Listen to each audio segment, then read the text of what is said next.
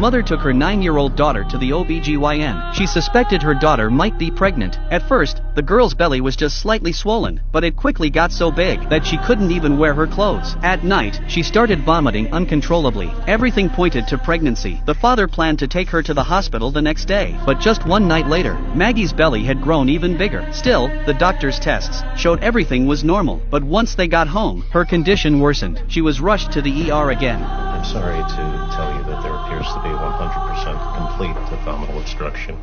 What is that?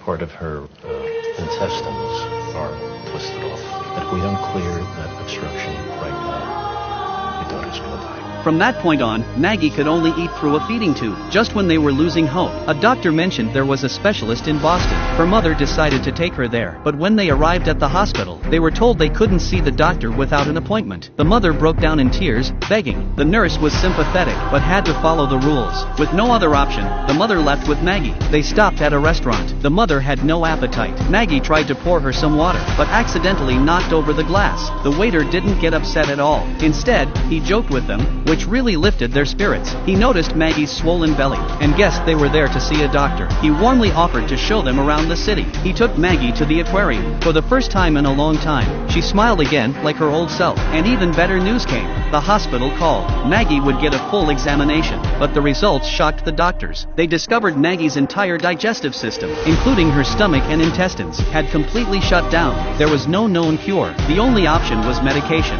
to keep her alive. The family couldn't afford the high medical bills anymore. They still had to fly to Boston every week for treatment. The airfare alone was a huge burden, but the mother refused to give up even the slightest hope of saving Maggie. The father sold his motorcycle to help pay for her care, but the treatment didn't go as well as doctors had hoped. Every night, Maggie suffered from the med side effects. Eventually, she lost all hope.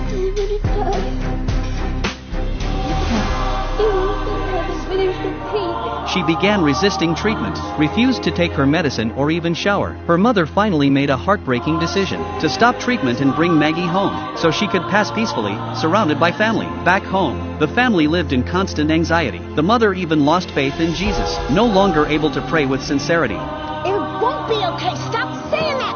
Nothing is okay. And until it is, I am never going back to that church. To cheer Maggie up, her sister took her to climb a tree. They looked out at the distance together, but the branch couldn't hold their weight. It suddenly snapped. As Maggie tried to escape, she slipped and fell into a hollow tree trunk. 911 and the rescue team rushed to the scene, but the deep tree hole made it nearly impossible to get her out. The mother turned to Jesus one last time, praying over and over. Soon, others joined her, praying by her side. After 9 long hours, Maggie was finally rescued. When doctors checked her at the hospital, everything came back normal. Once she was discharged, all her symptoms slowly disappeared. Her belly went back to normal. The mother, in disbelief, went back to the original doctor. He was shocked. Maggie was completely healed. The mother couldn't believe it. Later, Maggie's story was picked up by the news. Her mother gave interviews. Everything had really happened. The nurse had begged the doctor to see her. The waiter canceled work the next day to take Maggie around. Even after she got sick, kind strangers stepped up to help. The power of love can overcome anything, and this miracle will keep spreading because of love.